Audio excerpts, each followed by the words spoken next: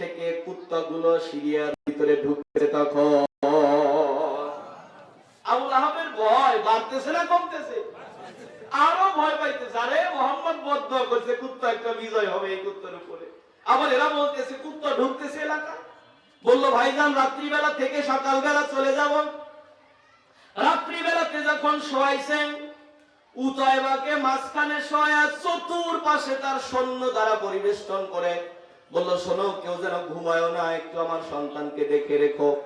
উতাইবাকে মাঝখানে রেখে সবাই যখন চতুর্পাশে শুয়েছে, রাত্রি যখন গভীর হয়ে গেল, আল্লাহ পাক ঘুম দান করেছে, সবাই ঘুমিয়ে গেছে। আল্লাহ পাক একটা হিংস্র কুকুরকে ডেকে বলল, কুকুর যাও, ওই যে উতাইবার শরীরের গ্রানটা তোমার নাকে লাগায়া দিলাম, মাঝখান দিয়ে গিয়ে উতাইবার কলিজাটা তুমি ছিঁড়ে আনো, দেখি কলিজা কত বড় হয়েছে। আমার নবীর দিকে ও বদদুয়া করে আমার নবীর দিকে থুতু দিয়েছে। কুকুর চলে এসেছে সবার মাঝখান দিয়ে আস্তে আস্তে হাঁটতে হাঁটতে উতাইবার শরীরের গ্রানটা যখন মিলে গেছে, কুকুর এই জায়গায় ধরে উতাইবার বলিটা এরকম টান দিয়ে ফেলে কলিজাটাকে যখন কামড় দিয়ে বের করে নিয়ে চলে যায়। উতাইবা আব্বা বলে একটা চিৎকার দিয়েছে। সবাই ঘুম থেকে উঠে দেখে উতাইবা পড়ে আছে, বুকটা ফেরে গেছে, আর বুকের ভিতর থেকে কলিজাটা কুকুরে মুখে করে নিয়ে চলে যায়। আল্লাহ আছে না নাই? আরো জোরে বলেন আছে না নাই?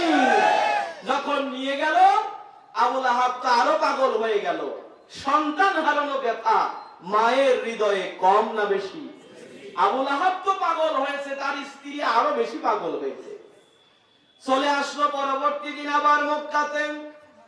আসার পরে আবু লাহাবের বউ যেটা উম্মে জামিল, এটা মাছ দাও চেনেন কি আপনারা? আমাদের গ্রাম্য ভাষায় যেটা যে দাও দিয়ে মাছ কোটে অথবা তরকারি কাটে, এটাকে বলা হয় মাছ দাও অথবা বটি দাও। আপনারা কি বলেন?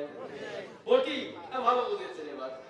এই মহিলাটা বটিদার গোড়ালি ধরে পুরো মক্কাতে দৌড়াইতেছে আর বলতেছে, আবু আমার মুহাম্মদের বদদয় আমার ছেলে মারা গেছে, মুহাম্মদের খোদাকে তো পাবো না, তবে মুহাম্মদকে যেখানে পাবো কল্লা নামে ফেলবো। এদিক সেদিক বারবার দৌড়াদৌড়ি করে। সাহাবায়ে কেরাম নবী পাকের কাছে খবর দিল, ইয়া রাসূলুল্লাহ আপনি একটু কোথাও গোপন হয়ে যান, কারণ আপনার শাশি এই দাও নিয়ে নিয়ে ঘুরতেছে আপনার কল্লা কাটার জন্য। রাসূল আমার মুস্কি হাসি দিয়ে বলে, সাহাবীরা আমি একা নয়, আমার সাথে আছে আমার আল্লাহ। চাইতে জানলে রয় না কাঙ্গাল, চাইতে জানলে রয় না কাঙ্গাল, অফুরন্ত ভান্ডারে কেউ ফেরে না খালি হাতে, আল্লাহরে তোর দরবারে। রাসূল আমার পূর্ণ ভরসা করেছে কার উপরে? এখান থেকে শিক্ষা একটা, জীবনে কয়েকটা কথা মনে রাখতে হবে।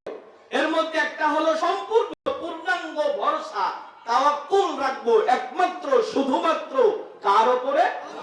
আল্লাহর উপরে। দ্বিতীয় নাম্বার হলো ভয় করব শুধুমাত্র কাকে? আল্লাহ রাব্বুল আলামিনকে। ভয় করব আল্লাহকে, তাওয়াক্কুল করব আল্লাহর উপরে, আর সব সময় চাইবো কার কাছে? আল্লাহ পাকের কাছে। আল্লাহর হাবিব রাস্তা দিয়ে যাচ্ছেন, উম্মে জামিল দাও নিয়ে আসে এই মহিলাটা। যখন সামনাসামনি দেখা হয়ে গেল, সাহাবীরা পিছন থেকে বলে, ইয়া রাসূলুল্লাহ আপনি কেটে পড়েন, ও তো দাও নিয়ে আসতেছে আপনার কল্লা কাটার জন্য। রাসূল বললেন, চুপ করো, আমার সাথে আমার আল্লাহ আছে। যখন উম্মে জামিলের সামনে পড়ে গেছে, আল্লাহ পাক ওই মহিলার চোখের সামনে এমন পর্দা দিয়ে দিয়েছে, মহিলাটা আল্লাহর হাবিবকে ডেকে বলে, গেদা মুহাম্মদ রে দেখছাও নাকি? মুহাম্মদ কোন দিকে গেছে দেখেছো নাকি? নবী আমার কোনো কথা বললেন না। মহিলা দাও নিয়ে সারা দিন ঘোরে কিন্তু মুহাম্মদকে পায় না। অথচ ওই দিন একবার নয়, দুইবার নয়, 4 বার করে নবীর সামনাসামনি তার দেখা হয়েছে। বিকেল যতই হচ্ছে, জেদ তত বাড়তেছে না কমতেছে? রাগ তত বাড়তেছে না কমতেছে? কথা কি বোঝা যায়? রাগ কিন্তু এমন জিনিস, যদি রাগ বেশি উঠে যায় তাহলে কিন্তু সেন্সলেস হয়ে যায়, অথবা মানুষের সাধারণ ধারণ ক্ষমতার বাইরে চলে যায় মগজটা। এই মহিলার রাগ বাড়তেছে। আল্লাহর হাবিব বলেছেন নারীদের ধ্বংসের পিছনে কয়েকটা কারণ আছে। এর মধ্যে একটা কারণ, যেই মহিলা স্বামীর মুখে মুখে তর্ক করে ওই মহিলা দুনিয়াতেও শান্তি পাবে না, আখিরাতেও ওই মহিলার শান্তি নাই। মুখে মুখে তর্ক করা মহিলা এই মা বোন আমাদের চাপাই নবাবগঞ্জে নাই। আছে কি? একে আমরা ওইদিকে দূরান্তে আছে বলছে কারা কারা, এরা বাড়ির জায়গার মাইর খায় নাকি? রাসূল বলেছেন যে নারী মুখে মুখে তর্ক করে ও নারী দুনিয়াও শেষ, আখিরাতও। আল্লাহর হাবিব বলেছেন দ্বিতীয় নাম্বার, ওই নারীর দুনিয়াও শেষ হবে, আখিরাতও শেষ হবে যেই নারী জিদ ধরে থাকে। কিছু বলেছে জিদ ধরে থাকা কি বোঝেন আপনারা? আবার শক্ত হয়ে থাকে, তাই না? শক্ত হয়ে থাকে, কথাও বলছে না, একেবারে মুখ বন্ধ করে গোমরা হয়ে শক্ত হয়ে আছে। রাসূল বলেছেন ওই দুইটা কারণে সাধারণত নারীরা ধ্বংস হয়ে যায়। প্রথম হলো স্বামীর মুখে মুখে তর্ক করা, দ্বিতীয় হলো জিদ ধরে থাকা। আল্লাহর হাবিব ফাতেমাকে যখন বিবাহ দিচ্ছিলেন ডেকে বললেন, ফাতেমা তোমাকে একটা কথা বলি মা, কোনদিন আমার আলী যেন তোমাকে দুই ডাক না দেওয়া লাগে। এক ডাক দেওয়ার সাথে সাথে দরজা খুলে দিও, মানে স্বামীর প্রতি তুমি এতটা অ্যাক্টিভ থাকবা, স্বামী ডাক দেওয়া মাত্র তুমি ডাকে সাড়া দিও। হাসান হোসাইনের জন্ম হয়েছে, তারা মাঝারি হয়ে যাচ্ছে, তখনও ফাতেমা নবীজির এই কথা পালনে কখনো গ্লানি বা ব্যর্থতা নেয় নাই। রাত্রি 12টা, 1টা, 2টা, 3টার সময় যখন আলী ফিরত, দরজায় ডাক দিয়েছে ফাতেমা, সাথে সাথে ফাতেমা লাব্বাইক বলে দরজা খুলে দিয়েছে। একদিন আলী ডেকে বলল, ফাতেমা রে, তুমি নবী কন্যা, আমার সাথে তুমি সংসার করো, এটাই তো বিশাল কিছু, এক ডাক দেওয়া মাত্রই তুমি দরজা খুলে দাও, কারণ কি? ফাতেমা ডেকে বলে, স্বামী আপনি বাহিরে থাকলে আমি তো ঘুমাই না, আমার যখন ঘুম পায় আমি দরজার সাথে বিট লাগায় দাঁড়ায় থাকি। আলী ডেকে বললেন, স্ত্রী রে ঘুমিয়ে যেও, আমি ডাকলে তারপরে তুমি সাড়া দিও। ফাতেমা চোখের পানি ছেড়ে দিয়ে বলে, স্বামী রে এটা আমার বাবার আদেশ আর মায়ের স্বভাব। আমার আব্বা আমাকে আদেশ করেছে জীবনে কোনোদিন যেন আপনার কথার অবাধ্য না হই, আপনি এক ডাক দেওয়ার সাথে সাথে আমি যেন ডাকে সাড়া দেই। আর আমার মা খাদিজাতুল কুবরাকে আমি সারাটা জীবন দেখেছি, আমার মা আমার আব্বা যত রাত্রিতেই বাড়ি ফিরতো একবার ডাক দিত খাদিজা, আমার মা সাথে সাথে লাব্বাইক বলে দরজা খুলে দিত। আমার আব্বা জিজ্ঞেস করতো, খাদিজা আপনি কি ঘুমান নাই? খাদিজাতুল কুবরা ডেকে বলতো, ইয়া রাসূলুল্লাহ, ইয়া হাবিবাল্লাহ, কলিজাকে বাহিরে রেখে কি ঘুমানো যায়? ওগো নবীজি, আপনি যতক্ষণ বাহিরে থাকেন আমি ঘুমাতে গেলেও বিছানায় আমাকে ঘুমাতে দেয় না। তার মানে স্বামীর প্রতি এতটা দায়িত্বশীল হতে হবে মা বোনদেরকে। আমি আমার মা বোনদেরকে বলবো, মায়েরা স্বামীদের মুখে মুখে কথায় কথায় তর্ক করতে নাই। দ্বিতীয়ত হলো জেদ ধরে থাকতে নাই, এ কারণে নারীরা ধ্বংস হয়ে যায়। রাসূল বলেছেন যদি স্বামী আর স্ত্রীর মধ্যে মহব্বত থাকে, ওটা যদি সোনের পুরেও হয়, ঘরের মধ্যে আল্লাহর রহমত বর্ষিত হয়। পৃথিবীতে দুইজন নারী শ্রেষ্ঠ, দুই ফাতেমা পৃথিবীতে শ্রেষ্ঠ। একটা হলো নবী কন্যা ফাতেমা, আর একটা হলো ওমর ইবনে আব্দুল আজিজের স্ত্রী ফাতেমা। নবী কন্যা ফাতেমার ইতিহাস আমরা জানি, ওয়াজ মাহফিলে বলি। ওমর ইবনে আব্দুল আজিজের স্ত্রী ফাতেমা, তার কথা আমরা জানি না, বলিও না সচরাচর। ওমর ইবনে আব্দুল আজিজ ইনি তো ইসলামের পঞ্চম খলিফা যাকে বলা হয়। ওমর ইবনে আব্দুল আজিজ উনি 5টা মহাদেশের বাদশা ছিল। আপনারা শিক্ষিত সমাজের মানুষ, এটা দেশ না মহাদেশ? 5টা মহাদেশের বাদশা ওমর ইবনে আব্দুল আজিজ। 40 বছর পর্যন্ত উনি 5টা মহাদেশের বাদশাহী করেছে। 40 বছর পর্যন্ত একটা জুব্বা পরে রাষ্ট্র চালিয়েছে। ঘরের মধ্যে শান্তি কেমনে আসে দেখেন। তার স্ত্রীর নাম ছিল ফাতেমা, যে মহিলাটা ছিল লাটলি, যার 5 পুরুষের ভিতরে বাদশা ছিল। স্বামীও ছিল বাদশা, বাবাও ছিল বাদশা, দাদাও ছিল বাদশা, নানাও ছিল বাদশা, আবার বড় ভাইও ছিল বাদশা। এতগুলো বাদশার মধ্যে যেই মেয়েটা, যেই মহিলাটা, এটা হলো ফাতেমা, ওমর ইবনে আব্দুল আজিজের স্ত্রী। এই মহিলাও এক কাপড়ে জীবন কাটায় দিছে। একটা গোয়েন্দা মহিলা এসেছিল মদিনাতে দেখার জন্য, লোকজনদেরকে জিজ্ঞেস করলো 5 মহাদেশের বাদশা ওমর ইবনে আব্দুল আজিজের রাজপ্রাসাদ কোথায়? তারা হেসে বলে, ওর আবার রাজপ্রাসাদ আছে নাকি? নবী পাকের রওজার পাশে দেখো একটা ঝুপড়ি কুড়ে ঘর আছে, খেজুরের পাতার ছাউনি, ওর ভিতরে 5 মহাদেশের বাদশা ওমর ইবনে আব্দুল আজিজ বসবাস করে। গোয়েন্দা মহিলাটা দেখতে গেছে, গিয়ে দেখে এক পাশের মাটির দেয়াল ভেঙে গেছে, বাহির থেকে একজন পুরুষ দেয়ালের মাটির কাদা বানিয়ে হাতে দিচ্ছে, ভিতর থেকে একটা মহিলা ওই কাদা দিয়ে দিয়ে গাঁথনি দিতেছে। এই গোয়েন্দা মহিলা ডেকে বলে, এ মদিনার মহিলারা, তোমাদের মদিনাতে কি পর্দা নাই? তোমরা নারী পুরুষ এক জায়গায় কাজ করো কেন? মহিলাটা মুস্কি হেসে বলে, বোন রে, কাকে তুমি পর পুরুষ বলো? আমি হলাম ফাতেমা, এটা হলো 5 মহাদেশের বাদশা ওমর ইবনে আব্দুল আজিজ, আমরা স্বামী স্ত্রী একসাথে কাজ করতেছি। যদি মহব্বত থাকে ঘরটা জান্নাতের টুকরো হয়ে যায়। ওমর ইবনে আব্দুল আজিজ বলেছে, আমার একটা কন্যা সন্তান হয়েছিল, আমি স্বপ্ন যোগে দেখেছিলাম আমার ঘরে 14 তারিখের পূর্ণিমার চাঁদ উঠেছে। আমি আমার স্ত্রীকে জিজ্ঞেস করলাম, স্ত্রী রে, ঘরের ভিতরে 14 তারিখের পূর্ণিমার চাঁদ, এটা দেখলাম কেন? স্ত্রী বলে, আপনি কিন্তু বাবা হতে চলেছে। সন্তান যখন পৃথিবীতে এসেছে, ওমর ইবনে আব্দুল আজিজের জীবন ইতিহাস পড়ে দেখেন, উনি বলেছেন, যখন আমার সন্তানের বয়স 8 বছর, আমার 8 বছরের মেয়েটা আমাদের সাথে শুধু নামাজ পড়ে না, তাহাজ্জুদের যায় নামাজেও আমার 8 বছরের মেয়েটা দাঁড়িয়ে যায়। মেয়ের বয়স যখন 12 বছর, তাহাজ্জুদের যায় নামাজে আমার মেয়ে দাঁড়িয়ে 15 পারা কোরআন তেলাওয়াত করত। আমি লক্ষ্য করে দেখলাম, কিছুদিন আমার মেয়ে আমার সামনে আসে, কিন্তু মুখের ভিতরে পর্দা করে আসে।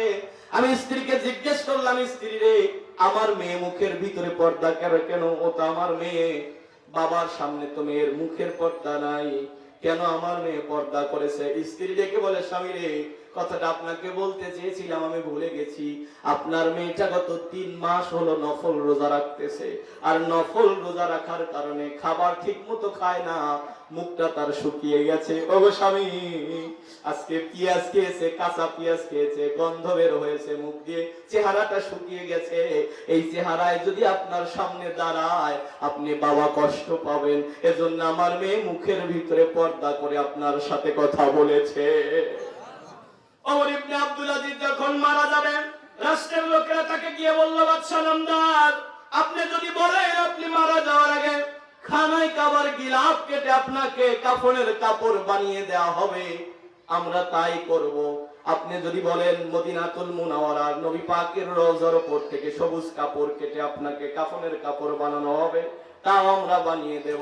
ওমর ইবনে আব্দুল আজিজ দেখে বলে, আমার দেশের মানুষেরা, আমি তো মনে করি আমি মারা গেলে দোকানের নতুন কাফনের কাপড়ও আমাকে দিও না, বরং আমি তো মনে করি আমি মারা যাওয়ার পরে আমার এই পুরান তালিওয়ালা জুব্বাটা আমার গায়ের মধ্যে দিয়ে দিও। লোকেরা জিজ্ঞেস করে, বাদশা রে, কেন? ও বাদশা, কেন কেন এই কাজ করব?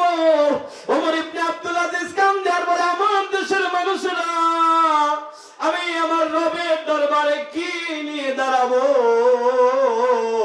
যখন আমি কবরে যাব, আমি যদি প্রশ্নে ধরা পড়ে যাই, আমার মালিককে ডেকে বলবো, মালিক, আমার জুব্বার দিকে তাকিয়ে দেখো, তালিওয়ালা জুব্বা হলে কি হবে? এই জুব্বা পরে 40 বছর পর্যন্ত আমি তাহাজ্জুদের নামাজ পড়ে চোখের পানি দিয়ে জুব্বা ভিজাইছি। ওমর ইবনে আব্দুল আজিজ যখন মারা গেল, তাকে যখন তার পুরান জুব্বা দিয়ে কবরস্থ করা হয়েছিল, কবরে রেখে যখন উঠে আসবে, শেষ ব্যক্তি যখন উঠেছে, উপর থেকে কাগজের টুকরা পড়েছিল। লোকেরা বলল, উঠিয়ে দেখো ভিতরে কি আছে। লক্ষ্য করে দেখে, এখানে কাগজের টুকরাটা পড়েছিল। কাগজের টুকরাটা খোলার পরে তাকিয়ে দেখে, কাগজের টুকরোর মধ্যে লেখা রয়েছে, ওমর ইবনে আব্দুল আজিজের প্রতি তার রব সন্তুষ্ট হয়ে গেছে, ওমর ইবনে আব্দুল আজিজ জান্নাতি। দুনিয়াটাই জান্নাতের টুকরো তাদের হয়েছে। কেন? স্বামী স্ত্রীর মধ্যে একটা মহব্বত ছিল, ভালোবাসা ছিল। আজকে পরিবার থেকে এই ভালোবাসাটা বিলীন হওয়ার কারণে প্রতিটি পরিবারে গোলমাল, অধিকাংশ পরিবারের ভিতরে মনোমালিন্য সৃষ্টি হয়। বিবাহ হয়েছে 2-4-5 বছর হয়ে গেছে, আবার সারাসারি হয়ে গেছে। কথা বলেন? কারণ কেউ কাউকে সহ্য করতে পারে না। সে এক কথা বললে এ 2 কথা বলে বেড়ায়, সে একটা বললে আরেকটা বলে, আবার জিদ ধরে থাকে। রাসূল বলেছেন, নারীদের ধ্বংসের পিছনে একটা কারণ হলো তারা জিদ ধরে থাকে। আমার বন্ধুরা, আজান হয়ে যাবে, এবার কি করা যায় বলেন? হ্যাঁ হ্যাঁ সূরাটা শেষ করবো আজকে, হ্যাঁ যেহেতু সচরাচর আসা হয় না, না ভাই? হ্যাঁ ঠিক আছে। আর 5টায় টাকা নেওয়ার দিকে ওই বিষয়টাও ধরবো, কিন্তু এত সংক্ষেপে তো কথা আমি বলতে পারিনি, আমার যেটা বদ অভ্যাস আর কি, একটা বিষয় ধরলে শেষ করতে হয়। আচ্ছা আমরা না হয় এখানে নামাজের জামাত করে কি বসা যাবে নাকি করবে? হ্যাঁ আচ্ছা আপাতত চলুক নাকি, মসজিদের একটা কালেকশনের বিষয় আছে, আজকে তো মসজিদ উন্নতি করবে আয়োজিত আয়োজন, ওই বিষয়টা মাথায় রাখতে হবে। আপনারা বিরক্ত হচ্ছেন নাকি? সচরাচর কিন্তু দেখা হয় না, তাই না? আর ইচ্ছা করলেও আসা যায় না, অনেক দূরের পথ। তো যেহেতু এসেছি, আপনারাও বসেছেন, আর কিছু সময় কথা বলি, আপনারা রাগ করতেছেন? তাহলে চলেন না সামনের দিকে যাই। রাসূল বলেছেন স্বামী আর স্ত্রীর মধ্যে যদি মহব্বত থাকে, ওই পরিবারটা জান্নাতের টুকরো হয়ে যায়। এজন্য আমাদের খেয়াল রাখতে হবে স্বামী আর স্ত্রীর মধ্যে যেন মহব্বত থাকে। তবে এই মহব্বত রাখতে গিয়ে কিন্তু আবার স্ত্রীকে অতিরিক্ত আপনার কি বলা হয়, ছাড় দেয়া যাবে না। কারণ হলো আমার যুবকেরা অনেকে আছেন, আমি যখন বিবাহের অনুষ্ঠান যে কোনো জায়গায় পরে, আমি সাধারণত যুবককে বলে দেই, আমাদের গ্রাম্য ভাষায় বলে মেয়েদের যখন বিবাহ হয় তারা কাদা মাটির মতো থাকে, শ্বশুর বাড়িতে নিয়ে তাকে যেভাবে শিক্ষা দিবে ওইভাবেই গড়ে উঠবে। আর যুবক করে কি, বিবাহ করে নিয়ে যাওয়ার পরে সাজায়া গোছায়া বউকে বসায়া দেয়, আর বন্ধুদের সাথে পরিচয় করায়া দেয়। কথা বলেন না কেন? বিয়ে করেছে একজন, মজা নিচ্ছে 10 জন। কথা ভুল বললাম? যুবকেরা পরিচয় করিয়ে দেয়, এটা আমার বন্ধু, এটা আমার ক্লোজ ফ্রেন্ড, এরা এসে আবার কথা বলে। এরা কি স্ত্রীর ভালো চায়? কখনোই না, কখনোই না। প্রথম পর্যায়ে এই কাজটা করে, স্ত্রীকে বেপরদায় চলতে স্বাধীনতা দেয়, তারপরে আবার এই স্ত্রীটাকে আবার পর্দায় আনার জন্য ওয়াজ শোনায়, তাই না? কিন্তু প্রথমে তাদেরকে তো মাথায় উঠিয়েছে। সবসময় অথবা অধিকাংশ সময় মেয়েদের কথা, স্ত্রীর কথা, সব কাজে এই কথা শুনতে নাই। এক বাদশা নামদার, উনি তো দেশ চালায়, রাজপ্রাসাদে যাচ্ছে, স্ত্রী বলল যে আজকে আমি আপনার সাথে যাব। বাদশা বললেন দেখো, যাকে যেখানে প্রয়োজন তাকে সেখানে রাখা দরকার, তুমি কেন রাজপ্রাসাদে যাবে? বলে কেন, আমি তো খাস পর্দা করে যাব। সমাজে এখন ভাইরাসে পরিণত হয়েছে, খাস পর্দার কথা বলে হাত মোজা পা মোজা লাগিয়ে ইচ্ছা করেই স্বামী থাকতে সন্তানাদি থাকতেও মার্কেটে মার্কেটে নারীরা ঘোরে। কথা বলেন না কেন? একটা বালতি কিনবে, একটা বালতি কেনার জন্য নাকি মহিলাকে যেতে হয়, কারণ ছেলে কিনে এনে দিলে পছন্দ হয় না। এইটা কি বালতির কারবার হলো নাকি? হ্যাঁ, পরে বালতি ভেঙে গেলে বাবা যখন টাকা দেয়, ছেলে বলে আব্বা আমার কেনা যাবে না। কেন? বলে মার তো পছন্দ হয় না, বালতি মায়ের পছন্দ হতে হবে। উনি খাস পর্দা করে, হাত মোজা পা মোজা লাগায়া হাট বাজারে চলাফেরা করে। এরকম নারী কি সমাজে নাই? স্বামী বেঁচে আছে, সন্তানাদি বেঁচে আছে, না থাকলে সেটা ভিন্ন কথা, বিদেশ থাকলে এটা ভিন্ন কথা। তবে বিদেশ গেলেই আবার অনেকে আছে, স্বামী বিদেশ গেছে, 2-4 মাস পরেই স্বামীকে আলাদা একটা পাম দেয়া শুরু করেছে। তোমার বাপে যে পচা বাগুন পচা মূলা এই বাজার করে, এক হায়া তো আমার চাল পাল মরিয়া সাইছে। তখন ওই স্বামী বলে তুই ভাই কেন আলাদা হয়ে যা। আলাদা হয়, মূল উদ্দেশ্য হলো ওই যে মার্কেটে যাবে, দোকানে যাবে, শ্বশুর কেন এর ভিতরে পড়া মানে কি করবে? আমার স্বামী টাকা পাঠাবে, আমি যাবো বাজারে। কথা বলে গত বছর তো হয়েছে যে কোরবানি ঈদেও মেয়েরা বাজারে গেছে। মানে কিরকম, ওই বিদেশ থেকে ফোন দিছে, তোরা নাকি কোরবানি দিচ্ছি, বলে যে হ্যাঁ, তো আমাকে বাদ দিয়েছিস না, একজন লাগবে, তাহলে বিকেল বেলা তোর ভাবির কাছে টাকা পাঠিয়ে দেব, ওই টাকা নিয়ে কোরবানিতে আমাকে ভাগে নিস। বিকেল বেলা হাটের দিন 6 জন যুবক গেছে, ভাবি টাকা দেন, ভাই টাকা পাঠাইছে, আমরা কোরবানির গরু কিনতে যাব। কোরবানির গরু কিনতে তোমরা যাবে, আমি যাব না? হ্যাঁ, অবশেষে করছে কি, ভ্যানের ভিতরে একেবারে মাঝখানে ভাবি বসে, চতুর্পাশে এই যে 6 জন যুবক, এরা তো ভাবি বসছে, এরা মানে টানতেছে, মানে ভাটা চলতেছে, বুঝলেন নাই? ভাটা চলতেছে। এই নারী তো কোরবানি কিনে দেয়, কেনার আগে নিজেই কোরবানি হয়ে গেছে। কথা কি ভুল বললাম? রাজা বলছে যার যেখানে স্থান সেখানে থাকা দরকার, তুমি বাড়ির স্থানে থাকা দরকার, তুমি এখানে থাকো। বলে না, আমি খাস পর্দা করে যাবো। হাত মোজা পা মোজা পরে রাজার সাথে গেছে। রাজা বসেছে, বাম পাশে স্ত্রীকে বসাইছে, বসায়া দেশ চালাচ্ছে। এমন সময় একজন জেলে বেচারা এসছে, বড় একটা মাছ নিয়ে এসে বললো, রাজা মশাই আমি এই মাছটা নদীতে পেয়েছিলাম, মারার পরে আমি দেখলাম অনেকে অনেক দাম করেছে, আমি বিক্রি করি। আমার শখের মাছ আপনাকে আমি হাদিয়া দিতে এসেছি, এটা আমি আপনাকে হাদিয়া দিলাম। রাজাকে যখন হাদিয়া দিয়েছে, ধরেন মাছটার দাম হবে 3 টাকা, রাজা কি 3 টাকা দিবে? কথা বলেন নাই? রাজা বলল যেহেতু পছন্দের মাছ এনেছে, আবার হাদিয়া দিয়েছে, মানে 5 টাকা বের করে দিয়েছে। আচ্ছা যাও, আমি খুশি হয়ে তোমাকে দিলাম। ওই লোকটা যখন 5 টাকা নিয়ে জেলে বেচারা খুশি হয়ে যায়, পাশে ছিল কে? কথা কয় না। কে ছিল? স্ত্রী বলতেছে, এইভাবে তুমি দেশ চালাও, এইভাবে দেশ চালাইলে তো দেশের 12টা বেজে যাবে। বলে কেন? 5 টাকা 3 টাকার মাছ তুমি 5 টাকা দিয়ে নিলে কেন? টাকা ফেরত না? অনেক মহিলা কিন্তু এরকম আছে, আপনি মাছ কিনে নিয়ে গেছেন বাড়িতে, ওনার পছন্দ হয় নাই, বলে মাছ ফেরত দিয়ে আয়। কথা কয় না। মাছ কি যাইয়ের দোকানে ফেরত দেওয়া যায়? এই বেচারা কয়, বলে মেয়ে কই ফেরত দিয়ে আয় না তুই বসে কোট। আমাদের সিরাজগঞ্জের ভাষায় বলে, হয় ফেরত দিয়ে আয় না তুই বসে কোট। যদি 2-4 বার বলে যান তুমি কোটো, তার ওই যে অপরকিট ধরিয়া বলে দেখতে আসতো, ওই বেচারা জান বাঁচানোর ভয়ে মাছ নিয়ে জেলেকে ফেরত না দিয়া পুকুরের ভিতর ফেলে দিয়ে এসে বলে যে ফেরত দিছি। রাজাকে ডেকে বললো, রাজা মশাই যা করতেছেন এতে তো ঠিক না, 3 টাকার মাছ কেন 5 টাকা দিয়ে কেনেন? বলে বেচারা শখ করে এসছে, এজন্য কিছু টাকা বেশি দিয়েছি। বলে না, ফেরত নেন, মাছ ফেরত দিয়ে দেন। বলে কেমনে ফেরত নেব? বলে তাকে ডেকে বলেন, রাজা এই জেলে এদিকে আয়, বল তোর মাছটা পুরুষ মাছ নাকি মহিলা মাছ? যদি বলে পুরুষ মাছ, আপনি বলবেন আমি পুরুষ মাছ খাই না, মহিলা মাছ মেরে এনে দিস তারপরে টাকা নিস। যদি বলে মহিলা মাছ, আপনি বলবেন আমি মহিলা মাছও খাই না, তুই পুরুষ মাছ পাইলে আমাকে দিস তারপরে টাকা নিস। রাজা দেখলো বউ বলছে, এ জেলে বেচারা এদিকে আয়। লোকটা ঘুরে তাকায় দেখে বামে বউ বসে আছে, ভেজাল লাগছে রে।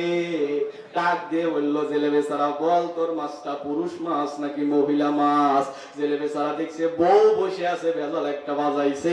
জেলে মুসকি মুসকি হাসে আর বলে, বাদশা রে, আমার মাছটা পুরুষও না মহিলাও না, এই হলো হিজলা। জেলে বেচারা আগে দিয়েছিল 5 টাকা, বলে খুশি হয় আরো 2 টাকা বেশি দিলাম, তুই নিয়ে যা। এবার বোর বুদ্ধি শুনে লাভ না লস? যখন ছেলে 7 টাকা পায়, ওই ম্যাডামের দিকে তাকায় হাসে আর পাও বাঁকায়া বাঁকায়া যায়। ওই হঠাৎ করে একটা পয়সা পড়ে গেছে, পাড়া লেগেছে, আবার উঠে পকেটে নিল। এই স্বামীকে বলতেছে, দেখো কি বেয়াদবের বেয়াদব, 3 টাকার মাছ ও 7 টাকায় বিক্রি করেছে, 2টা একটা পয়সা পড়েছে, আবার উঠে পকেটে নেয়। এই অপরাধে ওর মাছ ফেরত দাও, টাকাগুলো ফেরত নেও। রাজা দেখলো যে আর একটা বার কথা শোনা দরকার। এই জেলে বেচারা এদিকে আয়, 3 টাকার মাছ আমি তোকে দিলাম 7 টাকা, একটা পয়সা পড়েছে, ফকির মিসকিনে উঠে নিয়ে যাবে, তুই ওই পয়সা আবার উঠে পকেটে নিয়ে যাস কেন? এই অপরাধে মাছ ফেরত নে, টাকা ফেরত দে। জেলে বেচারা তাকায় দেখে বউ আছে, আবার ভেজাল বেজেছে। ডেকে বলে, বাদশা রে, টাকার জন্য টাকা উঠাই নাই, টাকার ভিতরে আপনার ছবি আছে, পায়ের নিচে পড়লে আপনার সম্মান নষ্ট হবে, আপনার মান বাঁচানোর জন্য আমি টাকা উঠাইছি। রাজা কয়, খুশি হয়ে আরো 3 টাকা বেশি দিলাম, বাড়িতে নিয়ে যা। লাভ হচ্ছে না লস হচ্ছে? বোর কথা শুনে না, স্ত্রীকে বললো যে এবার তুমি তোমার বুদ্ধি রাষ্ট্র চালাইলে এই হবে, 3 টাকার মাছ 10 টাকা দিয়ে কেনা লাগবে, তুমি যাও, যেখানে যা সেখানে তা। আজও সমাজে যারা বলেন নারী পুরুষ কাঁধে কাঁধ মিলে দেশের উন্নয়ন করতে হবে, এটা সমাজের ভুল কথা। নারী পুরুষ কাঁধে কাঁধ মিলে কখনো দেশের উন্নয়ন হয় না, বরং গরু আর ছাগলে কখনো কাঁধে কাঁধ মিলে দেশের উন্নয়ন করতে পারে না। গরুর নাঙলটা আর জোয়ালটা টান দিয়ে নিয়ে যাবে, ছাগল ভ্যাঁ পাঁচি হয়ে পড়ে থাকবে। কথা ভুল বলছি কি? আমি পুরুষদেরকে বলছি, সঠিক পুরুষ যারা, সত্য পুরুষ যারা, বউকে দিয়ে কেন কর্ম করাবেন? আপনার পরিবারটাও তো একটা অফিস, কথা বলে, এই অফিসের দেখাশোনার লোক লাগে না? আপনার ছেলে মেয়েগুলো কে মানুষ করে? ওই কাজের বুয়া। কাজের বুয়া যদি ছেলে মেয়ে মানুষ করে, আচরণ তো বুয়াদের আচরণের মতো হবে, আর মায়ের আদর থেকে সে বঞ্চিত হচ্ছে। সে ঘরের ভিতরে মায়ের আদর পাচ্ছে না। স্বামী যাচ্ছে একদিকে চাকরি করতে, স্ত্রী যাচ্ছে আরেকদিকে, বিকেল বেলা ফিরেছে, এর 105 ডিগ্রি জ্বর, ওর 110 ডিগ্রি। বলে ভাতটা বেড়ে দাও। হ্যাঁ, তুমি বেড়ে নিয়ে খেতে পারো না, কথা কন না কে? ঘরে শান্তি আছে না? আব্দুল্লাহ জাহাঙ্গীর স্যারের একটা কথা আমি শুনেছিলাম, যে নারীরা যদি কর্মঠ হয়, নারীরা যদি বাহির থেকে কামাই করার অভ্যাস থাকে, স্বামীদের হায়াত কমে যায়। জিজ্ঞেস করেছিল, স্যার কেন? বলে যে হ্যাঁ, কারণ নারীরা যদি পয়সা কামাই করে এদের গরম আলাদা থাকে। কথা বললাম? পুরুষকে সে নিজে পয়সা কামাই করবে, স্ত্রী বাড়ির ভিতরে থাকবে, স্ত্রী তার পরিবারটাকে কন্ট্রোল করবে, পরিবারটা দেখাশোনা করবে, স্বামী আসবে অফিস থেকে, ফিরবে, কোথাও থেকে বেরবে, হাত পাখা নিয়ে বাতাস করতেছে, পায়ের জুতাটা খুলে দিচ্ছে, জামাটা খুলে দিচ্ছে, ছেলে মেয়েগুলো দৌড়ায় সাত পাকে জড়িয়ে ধরছে। এটাই তো দুনিয়ার একটা শান্তি, কথা বলেন না কেন? আর টাকা টাকা টাকার জন্য স্বামী স্ত্রী দুইজন একজন এক এক জায়গায়। যেই মেয়েটা চাকরি করতে গেছে, ধরেন আপনি, আমার কথা কি বুঝতেছেন আপনারা? চাকরি করতে গেছে, আপনি বাড়িতে আছেন, আপনি গরু রেখে খান, অনেকে আছে। স্ত্রী চাকরি করে, সরকারি চাকরি, স্বামী বাড়িতে কাজ করে খায়, আছে না নাই? আছে। ওই যেই মেয়েটা অফিসে গেছে, অফিসে যা বসলো, তার যারা কলিগ আছে এরা সামনে এসে বসছে, আশেপাশ দিয়ে বসছে, অফিসিয়াল কাজে তো কথাবার্তা বলতে হয়। অফিসে আসার আগে তারা তো ক্লিন সেভ করে সফা কোট টাই কোট লাগায়া একেবারে হ্যান্ডসাম হয়ে এসে আপনার স্ত্রীর সামনে বসেছে, কথা বলেছে, দুই একবার তাকায় নাই, কথা বলেন না কেন? আর রাত্রিতে আপনি সারাদিন কাজ করেছেন, মানে বাড়ির কাজ করেছেন, রাত্রিতে ঘুমাতে গিয়ে কেউ কি কোট টাই পরে আয়না টায়না দিয়ে চেহারা সাজায় আসোয়? আপনি যখন শুইতেছেন একটা লুঙ্গি পরে, একটা গেঞ্জি পরে শুইতেছেন, আপনি তো খ্যাত, কথা কয় না? আপনি তো খ্যাত। ওর মনটা কোন দিকে চলে গেছে আপনি কি জানেন? নারী, বাড়ি, গাড়ি, যাকে সময় বেশি দেয়, কিছু কিছু আছে সব তাকে দিয়ে দেয়। আপনি সামান্য টাকার জন্য নারীকে দিয়ে কর্ম করাবেন না, কথাটি কি বুঝতে পেরেছেন? আমার বন্ধুরা, সংক্ষিপ্ত একটা জীবন, সংক্ষিপ্ত ছোট্ট একটা জীবন, জীবনটাকে একটু ইসলামের আইনে চালান। যদি চালাতে পারেন আপনার জীবনটাও সুন্দর হবে। এবার চলে গেলাম আবুল আহাবের বউয়ের শেষ কথার দিকে। রাগ করতেছেন আপনারা? হ্যাঁ, আবুল আহাবের বউ বিকেল পর্যন্ত দাউনিয়া ঘরে খুঁজে পায় না। বিকেল যতই হয় রাত ততই বাড়ে। একবারে যখন বিকেল হয়ে গেছে, গোধূলি সন্ধ্যা লগ্ন এসেছে, শয়তান তখন তাকে বুদ্ধি দিতেছে, এই দাও নিয়ে ঘুরে তোকে মারতে পারবি না, ওর বদলে তুই জঙ্গলে যা, কাটা কাইটে একটা বোঝা বানায়া বাড়ি টান, সকালবেলা যখন মোহাম্মদ নামাজ পড়তে মসজিদে যাবে, কাটা বিছায়া দিবি, এর ওপর দিয়ে জোরে যেতে পারবে না, পিছন থেকে দাও দিয়ে কোপা শামসু করিয়া ফালাবি। মহিলা দেখলো বুদ্ধি একটা ভালো, জঙ্গলের ভিতরে গেছে, জেদ আর রাগে যে কোপ দিতেছে, এক কোপে এক ডুম, এই ভাব করে করে কাটা নামাইছে অনেকগুলো। সন্ধ্যা, গোধূলি সন্ধ্যা যখন হয়ে গেল, মহিলা বোঝা বাঁধবে। বোঝা বাঁধার জন্য কি ব্যবহার করেছে আল্লাহ পাক সেটাও বলেছেন। আল্লাহ পাক বলেছেন খেজুরের পাতার পাকানো রশি।